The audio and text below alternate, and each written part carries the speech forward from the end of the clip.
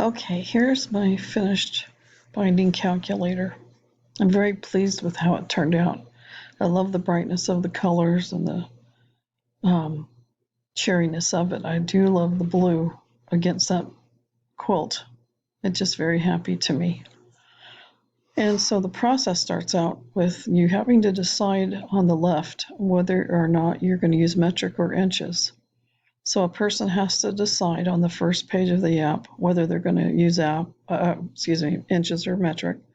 They just push whichever button they prefer, inches or metric. The next screen is going to ask them about how wide their fabric is that they're going to use to make the binding out of.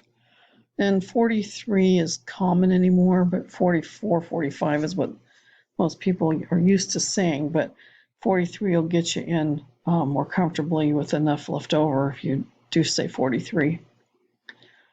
And how wide do you want your binding to be? And I've just given you choices, whatever one you want to pick.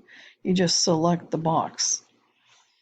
And then on the next screen, what is the circumference of your quilt? Don't forget to add enough fabric to join the two ends, like 10 inches is enough fabric to join the two ends of fabric together to create the circumference without a obvious join. It gives you the amount of fabric to continue the bias seams and not show. So that's where you enter that amount of fabric at. And then at the bottom, you push calculate. And then on the next screen, you're going to see yardage requirement for binding to finish off your pretty new quilt. And it's going to have a number at the bottom in the box there. And then it'll be done. That'll be the process of creating the actual binding. I'm showing you right now the wireframe that I did and finished coloring in with the background block in there. And that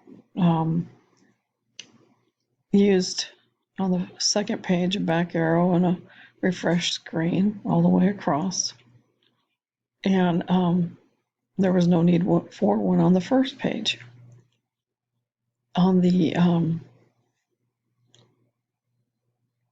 page that is in the process book, I have the sketches and the drawings and stuff like that, and the actual frames that show the look of the work. But this was the actual one I did in XD, and this program is pretty hard to manipulate when I'm new at it and try to change screens and show you all this stuff while I'm trying to create a demo for video purposes.